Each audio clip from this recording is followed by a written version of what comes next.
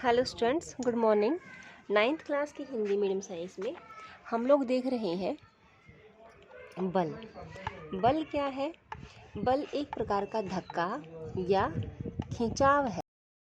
धक्का या खिंचाव है जो किसी वस्तु की अवस्था में परिवर्तन ला देता है। क्या कर देता है? ये 4 काम कर सकता है। यानी कि जो प्रभाव है, बल के जो प्रभाव है वो क्या क्या है? हम इसे कह सकते हैं कि बल के प्रभाव। तो पहला प्रभाव क्या है बल का बेटा? यह किसी स्थिर वस्तु को गति में ला सकता है बेटा। क्या स्थिर वस्तु को गति में ला सकता है। दूसरी बात क्या है? किसी गतिशील वस्तु को विराम अवस्था में ला सकता है। किस में ला सकता है बेटे? विराम अवस्था में ला सकता है। तीसरा बिंदु क्या है? किसी भी वस्तु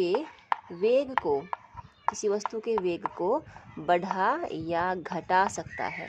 यानी कि उसको अगर मंद चल रही है तो उसको तीव्र चला सकता है, तीव्र चल रही है तो उसको बंद कर सकता है। ठीक है बेटा। फोर्थ जो प्रभाव है, फोर्थ इफेक्ट है बेटा, चौथा प्रभाव जो है वो क्या है? यह किसी वस्तु के आकार या आकृति को बदल सकता है। ठीक है बेटा, बदल सकता है ना। अभी चारों को मैं करके दिखाती हूँ आपको मैं। जैसे मान लीजिए पहला जो बिंदु है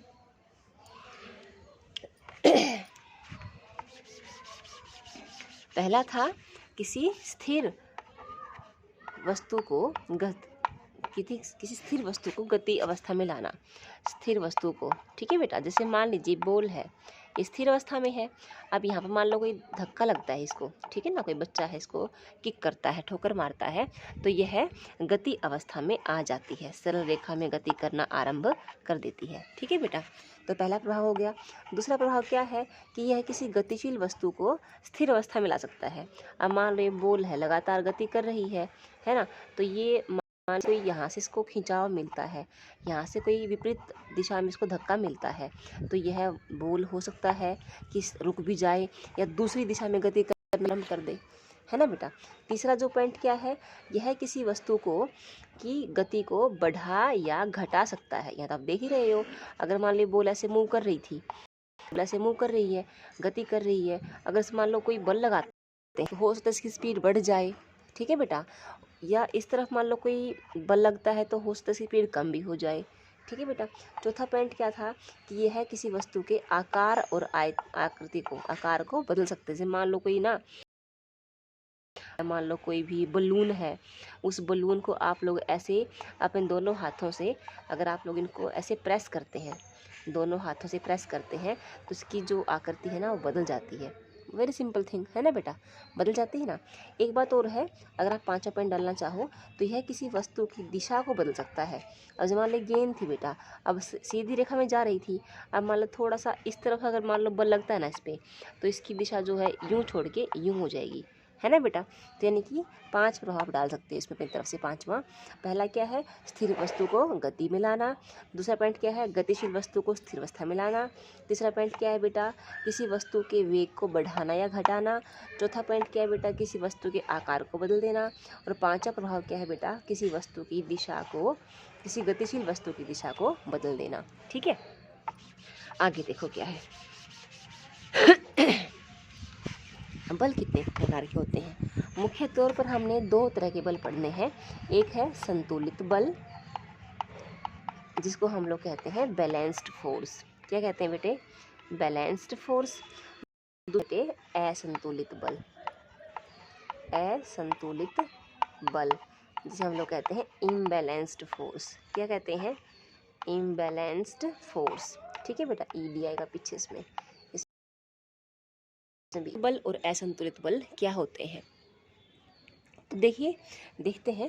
पहले करते हैं संतुलित बल। ठीक है, जो बैलेंस्ड फोर्स है, संतुलित बल है जो, वो क्या होता है? देखो नाम से पता लग रहा है कि संतुलित है ये। ठीक, मैं आपको छोटा सा एग्जाम्पल देती हूँ जो कि टेक्स्ट बुक में है। जैसे मान लीजिए ये छोटा सा बॉक्स है, संदूक है या बॉक्स है, मान लो 2 बच्चे हैं यहाँ पर इसको धकेल रहे हैं। ठीक है बेटा, 2 बच्चे इसको धक्का लगा रहे हैं। तो बेटा ये जो संदूक बहुत भारी है, ये बच्चे जो इसे बल लगा रहे हैं जो बल लगा रहे हैं बच्चे इसके ऊपर, वो इनके द्वारा लगाया गया जो बल है वो पर्याप्त नहीं है। ठीक है, दोनों बच्चे बल लगा रहे हैं, पर्याप्त नहीं है। क्यों पर्याप्त नहीं बेटा? क्या ये कोई बल नहीं लगा रहे? ये जो बल उस दिशा में लगा रहे हैं बच्चे, आगे की दिशा में लगा रहे हैं, ये जो संदूक है और ये जो भूमि है, यह जो इसका संपर्क क्षेत्र है बेटा, इन दोनों के बीच में एक विशेष प्रकार का बल पहले ही काम कर रहा है। आप 8वीं क्लास से पढ़ कर आए हो, बताओ वो कौन सा बल है? ज़रा याद करो। यह बल बेटा, यह कहलाता है घर्षण बल। क्या कहलाता है बेटा? घर्षण बल। इसमें क्या है बेटा, जब 2 वस्तुएं आपस में गतिशील होती हैं, या दोनों वस्तु गति कर रही हो, या दोनों में से कोई एक वस्तु गति कर रही हो, तो एक बल लगता है, 2 सतहों के बीच में एक बल लगता है जिसे हम लोग घर्षण बल कहते हैं। और ये घर्षण बल जो होता है ना बेटा, क्यों होता है?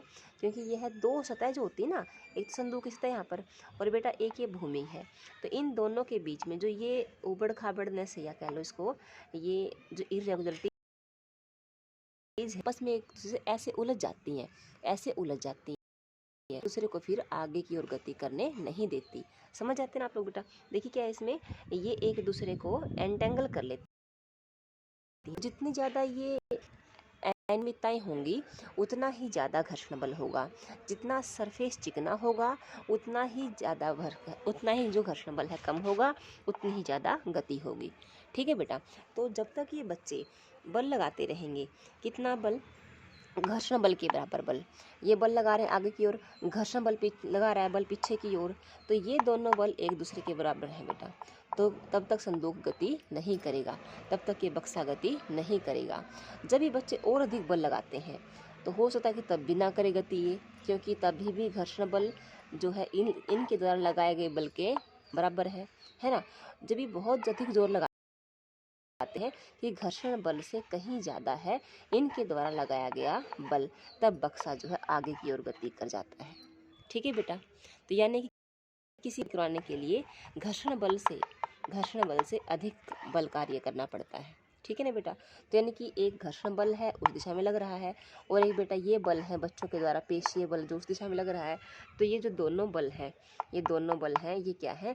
संतुलित बल है बेटा। क्या है? ये दोनों संतुलित बल है। तो संतुलित बल क्या होता है बेटा? देखो, बल 2 लग रहे थे, गति तो हो ही नहीं रही थी इसमें, है ना। तो संतुलित बल, बैलेंस्ड फोर्स क्या होता है? किसी वस्तु पर लगने वाले विभिन्न बलों का नेट जोड़ जो है, अगर वह 0 है, 0 का मतलब क्या है? उसमें कोई मोशन ही नहीं हुई, उसमें कोई गति ही नहीं हुई, तो उसके ऊपर लगने वाला जो बल है बेटा वो क्या है? वो संतुलित बल है, वह बैलेंस्ड फोर्स है। ठीक है बेटा, संतुलित बल है। आगे समझ में? तो बेटा आज के लेक्चर में इतना ही, कल हम करेंगे असंतुलित बल। इसी के साथ thank you and all the best.